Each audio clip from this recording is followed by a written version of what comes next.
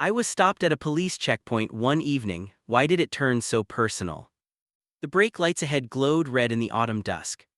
I squinted through my windshield at the line of cars crawling forward, one by one, toward the flashing blue and white lights. A police checkpoint. My fingers tightened on the steering wheel.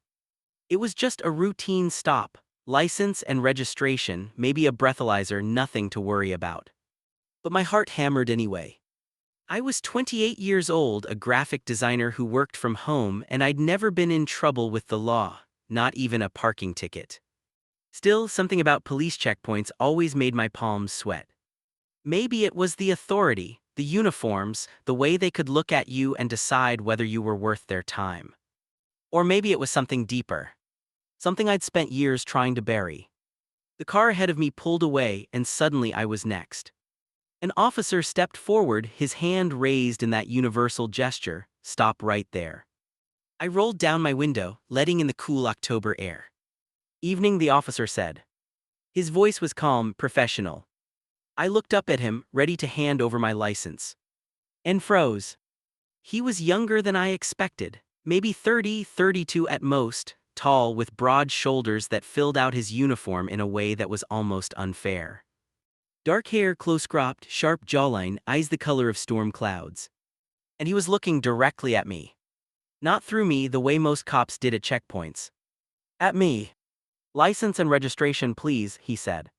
His voice was softer now, almost gentle. I fumbled for my wallet, my hands suddenly clumsy. "Sure, yeah, of course." I pulled out my license and reached for the glove compartment, my fingers shaking slightly as I found the registration. He took them both, his eyes scanning the documents. Then he looked at me again. "Ethan Cross," he read aloud. The way he said my name, slow, deliberate, made something flutter in my chest. "That's me," I said, trying to sound casual.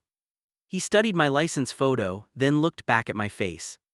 A small smile tugged at the corner of his mouth. "Better in person," he murmured. I blinked. "What?"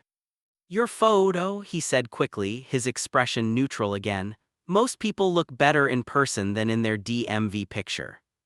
"Oh, right." Was he flirting? No, impossible. He was a cop on duty at a checkpoint. And I was just another driver in a long line of cars. He handed my documents back, his fingers brushing mine for half a second longer than necessary. "Drive safely, Mr. Cross." His eyes held mine. "Thank you, officer." I glanced at his name tag, Hartley. He nodded once, stepping back. I rolled up my window and drove forward, my heart still racing. What the hell was that? I couldn't stop thinking about him. Officer Hartley. His storm gray eyes, the way he'd said my name, that almost smile. Better in person. I told myself I was reading too much into it. He was just being polite, maybe even slightly awkward. Cops were human after all. But 3 days later, I was still replaying the moment in my head. I was at the coffee shop near my apartment, my laptop open, working on a logo redesign for a client. The bell above the door chimed. I glanced up and nearly choked on my latte. Officer Hartley stood in the doorway, out of uniform this time. Jeans, a dark green Henley that made his eyes look even more intense, a leather jacket slung over one arm. He looked different. Softer, more approachable. He scanned the room, and when his gaze landed on me, he stopped. For a moment, neither of us moved. Then he walked toward my table. "Ethan Cross," he said, his voice warm with recognition. I set down my coffee, my pulse quickening. "Officer Hartley." "Just Noah," he corrected, a small smile playing on his lips. "I'm off duty." "Noah," I repeated. He gestured to the empty chair across from me. "Mind if I sit?" "Go ahead." He sat down, setting his jacket on the back of the chair. Up close, out of uniform, he was even more striking. There were faint lines at the corners of his eyes, like he smiled often, a small scar above his left eyebrow. "Small town," he said, his eyes flicking to my laptop screen. "Or maybe fate." I laughed nervously. "You think fate brought you to a coffee shop? Stranger things have happened." His gaze was steady, unwavering.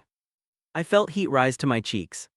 "So," I said, trying to regain some composure, "do you always remember the names of people you stop at checkpoints?" No, he admitted, but you were memorable. My breath caught. Memorable how? He leaned back in his chair, his expression thoughtful.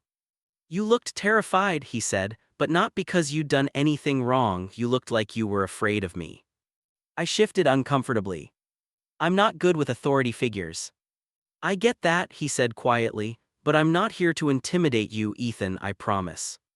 The way he said my name again, soft, almost reverent, made my heart skip. Then why are you here? I asked. He hesitated. For a moment, I saw something vulnerable in his eyes.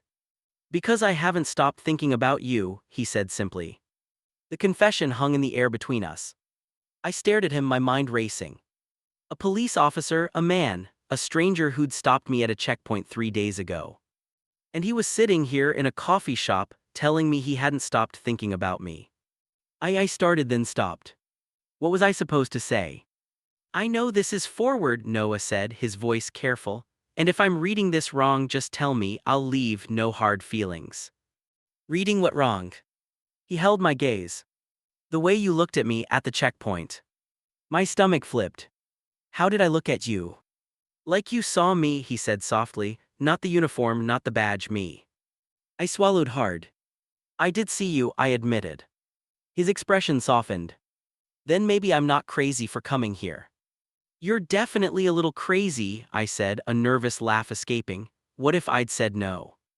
Then I'd have ordered a coffee and left you alone. But you didn't order a coffee. He smiled. No, I didn't. We talked for 2 hours. I learned that Noah had been a police officer for 6 years, that he'd grown up in a small town upstate, the son of a mechanic and a school teacher. He loved hiking, old movies, cooking elaborate meals he'd never quite perfected. He hated paperwork, traffic stops, the way people looked at him sometimes like he was a uniform, not a person. I became a cop because I wanted to help people, he said, his fingers wrapped around a mug of black coffee. But somewhere along the way it started feeling like I was just enforcing rules, not actually connecting with anyone. That sounds lonely, I said. He nodded. It is. I told him about my work, about how I'd moved to this town 2 years ago looking for a fresh start after a messy breakup. About how I kept to myself mostly, safer that way. Safer? Noah asked, his brow furrowing. I hesitated. I came out when I was 20, I said slowly, and it didn't go well. My family, they didn't take it well, so I left, started over. His expression darkened. I'm sorry. It's fine, I said quickly. I'm fine, I learned to keep my head down, not draw attention. That's not living, Noah said softly. I looked at him. What do you mean? Keeping your head down, not drawing attention, that's just surviving, you deserve more than that. His words hit me like a punch to the chest. I blinked back the sudden sting of tears. I don't know if I believe that anymore, I whispered.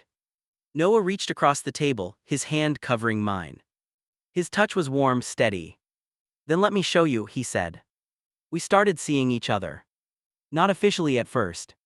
Just coffee, lunch, long walks through the park as the leaves turned gold and crimson. Noah was easy to talk to, easy to be around. He listened when I spoke, his full attention on me like I was the only person in the world. And slowly, cautiously, I started to let my guard down. One evening, he invited me to his place for dinner. I'm making pasta, he said over the phone, or attempting to, no promises it'll be edible. I laughed. I'll bring wine. His apartment was small but cozy, warm lighting, bookshelves crammed with novels and hiking guides, a guitar propped in the corner. You play? I asked, nodding toward the guitar. Badly, he admitted, but it's therapeutic. He cooked while I sat at the kitchen counter, sipping wine and watching him work.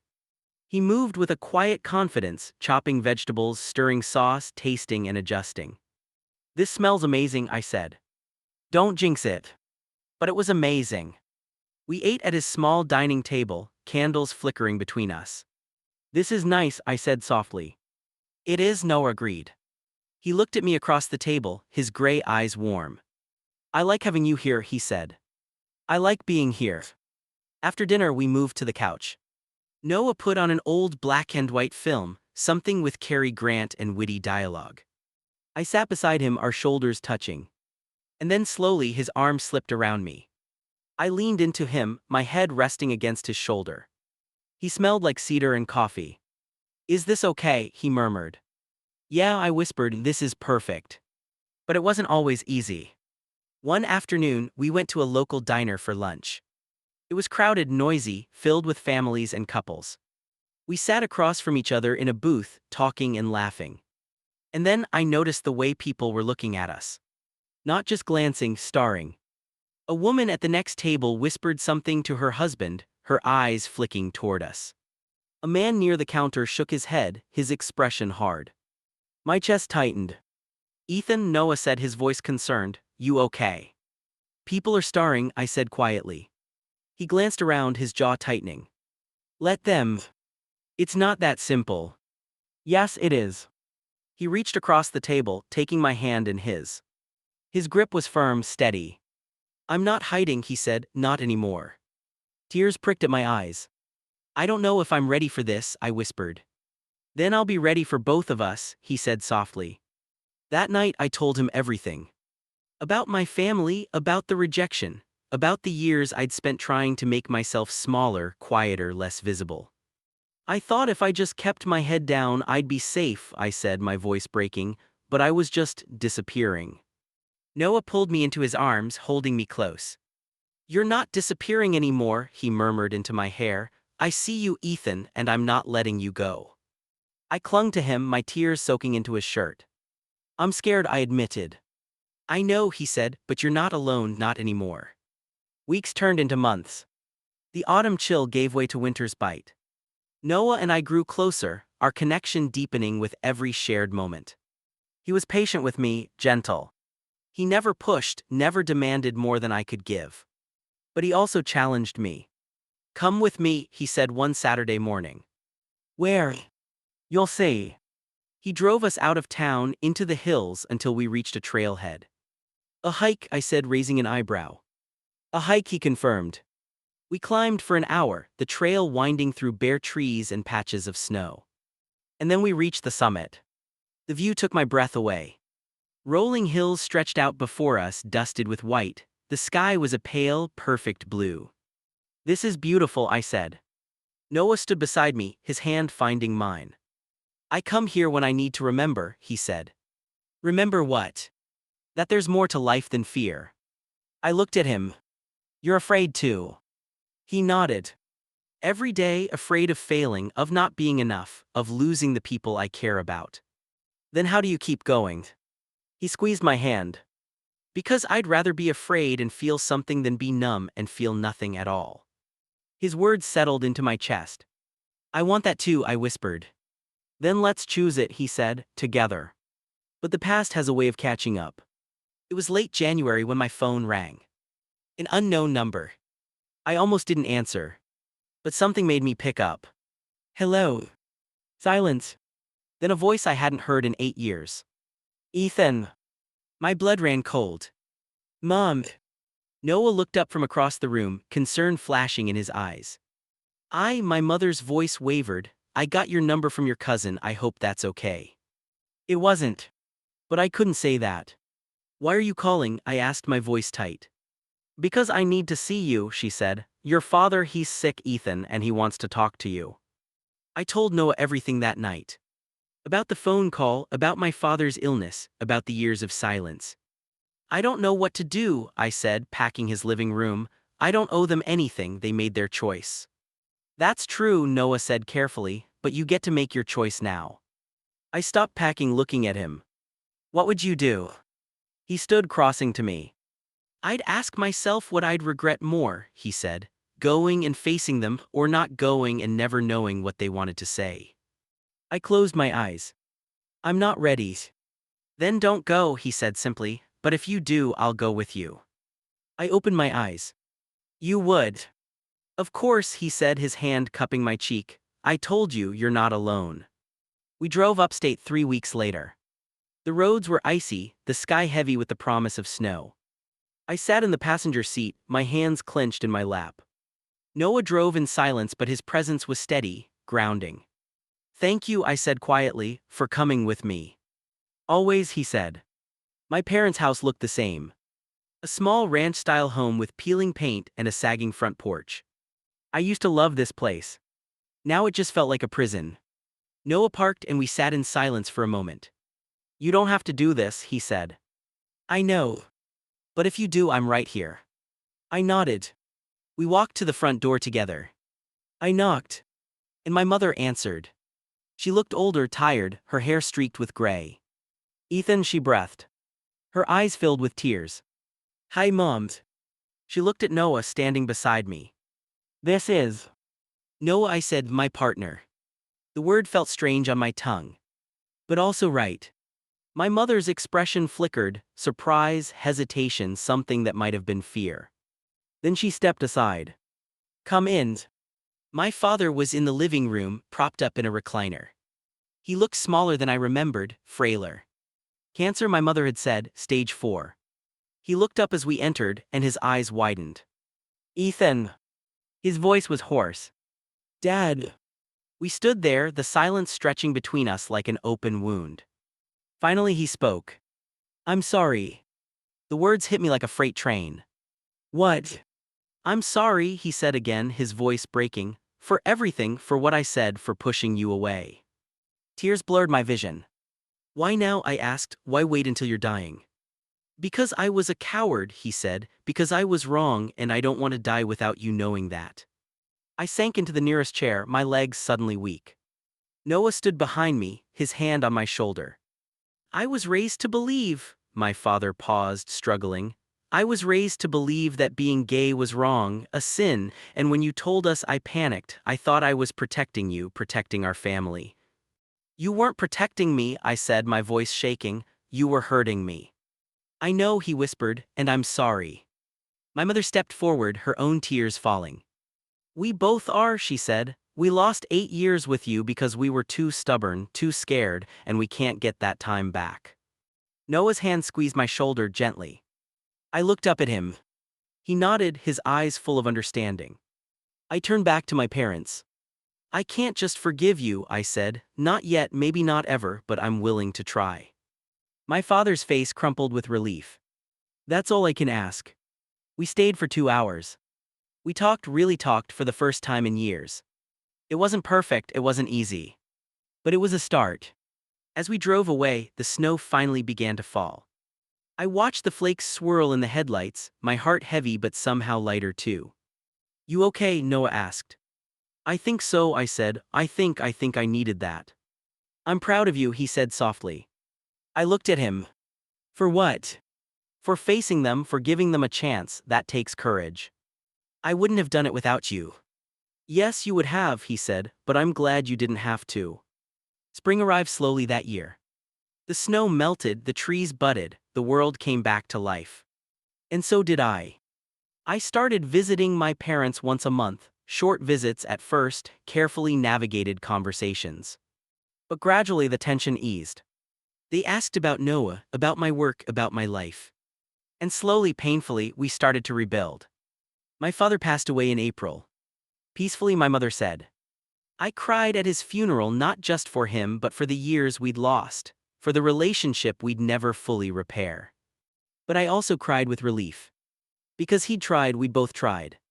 And that had to be enough. Noah held me through it all. Through the grief, the guilt, the complicated mess of emotions that came with losing a parent you'd been estranged from. You don't have to be okay, he said one night as we lay in bed together. You're allowed to feel everything. I don't know what I feel, I admitted. That's okay too. He kissed my forehead, his arms tightening around me. I love you, he said. It was the first time he'd said it. I pulled back, looking into his storm-gray eyes. You love me? Yeah, he said, a soft smile on his lips. I do, I have for a while. My heart swelled. I love you too, I whispered. He kissed me then, slow and tender. And for the first time in my life, I felt truly seen. Truly known. Truly loved. Summer came. Noah and I took a road trip up the coast, the windows down, music playing. We stopped at diners and roadside attractions, hiked through forests and swam in cold mountain lakes. One evening we sat on a beach at sunset, the waves lapping at our feet. I've been thinking, Noah said. About. About that night at the checkpoint. I smiled. What about it? I almost didn't stop you, he admitted. Your car was fine, your lights worked, you weren't speeding, but I saw you and I had to talk to you. Why? He turned to me, his eyes serious. Because I looked at you and I saw someone who was afraid, but also someone who was brave, and I thought, I want to know that person. And now you do, I said softly. Yeah, he said, and I want to keep knowing you for as long as you'll let me. He reached into his pocket and pulled out a small box. My breath caught. Noah. It's not a ring, he said quickly, opening the box. Inside was a simple silver band. It's a promise, he said, that I'm here, that I'm not going anywhere, that I see you, Ethan, all of you, and I love every part. Tears spilled down my cheeks. You're sure, I whispered. I've never been more sure of anything. I kissed him, tasting salt and joy and hope. Yes, I said, yes to all of it. He slipped the band onto my finger, and we sat there wrapped in each other's arms as the sun dipped below the horizon. A year later, we moved in together. A small house on the edge of town, with a yard and a porch swing. Noah kept his job, I kept mine. But our lives intertwined in 1,000 small ways. Morning coffee together, late-night movies, Sunday hikes. We adopted a dog, a scruffy mutt named Charlie who loved to chase squirrels and sleep in sunbeams. My mother visited for Thanksgiving. It was awkward at first, but by the end of the weekend, she was laughing with Noah in the kitchen while they made pie. I like him, she told me as she left. Me too, I said. She hugged me tight. I'm glad you found each other. So am I. On a cold December evening, 2 years after that first checkpoint, Noah and I stood in front of a small gathering of friends. We weren't legally married, not yet. But we made our promises anyway. To love each other, to choose each other, to build a life together. I looked into Noah's eyes as he spoke his vows, and I thought about that night. The flashing lights, the fear, the moment he'd looked at me and seen me. I was stopped at a police checkpoint one evening, I said, my voice steady, and I thought it was just routine, just another moment in an ordinary life. I smiled, tears streaming down my face. But it wasn't ordinary, it was the beginning of everything. Noah cupped my face in his hands, his own eyes wet. I love you, he said. I love you too. We kissed as our friends cheered, and I felt a joy so complete it filled every corner of my heart. That night we lay in bed together, the moonlight streaming through the window. Do you ever think about what would have happened if you hadn't stopped me? I asked. Noah was quiet for a moment. All the time. He admitted, I think about how close I came to letting you drive away. But you didn't. No, he said, pulling me closer. I didn't, and I'll spend the rest of my life being grateful for that. I smiled, my hand finding his. Me too. It wasn't a perfect love story. We still had hard days, disagreements, moments of doubt. But we chose each other again and again. And that made all the difference. Because love isn't just a feeling. It's a choice, a commitment, a promise to keep showing up even when it's hard. And I learned that not from a grand gesture or a dramatic moment. I learned it from a police officer who looked at me one autumn evening and decided I was worth knowing. Who saw my fear and met it with kindness. Who held my hand when I thought I couldn't take another step. Who taught me that being seen, truly seen, isn't something to fear. It's something to cherish. Years passed. Charlie got older slower but no less loved. We added a second dog, then a cat. Our house filled with life and laughter. On quiet evenings, Noah and I would sit on the porch swing watching the sunset. And sometimes I'd think about that checkpoint. About the flashing lights and the pounding heart. About the moment everything changed. What are you thinking about? Noah would ask, his arm around my shoulders. You, I'd say. Always me, he'd tease. Always you, I'd agree. Because it was true. He was my home, my safe place, my reason to be brave. And I was his. One spring morning, Noah surprised me with breakfast in bed. Pancakes, coffee, fresh strawberries. What's the occasion? I asked, sitting up. No occasion, he said, settling beside me, just wanted to do something nice. But there was something in his eyes, a nervous energy. What is it? I asked. He took a deep breath. Then he pulled out a small velvet box. My heart stopped. Noah. I know we made promises, he said, 2 years ago in front of our friends, and those promises were real. He opened the box, revealing two simple gold bands. But I want to make it official, he said. I want to marry you, Ethan, legally, completely. I want the world to know that you're mine and I'm yours. Tears blurred my vision. Yes, I whispered, God, yes. He kissed me and I tasted joy and salt and forever. We married that summer.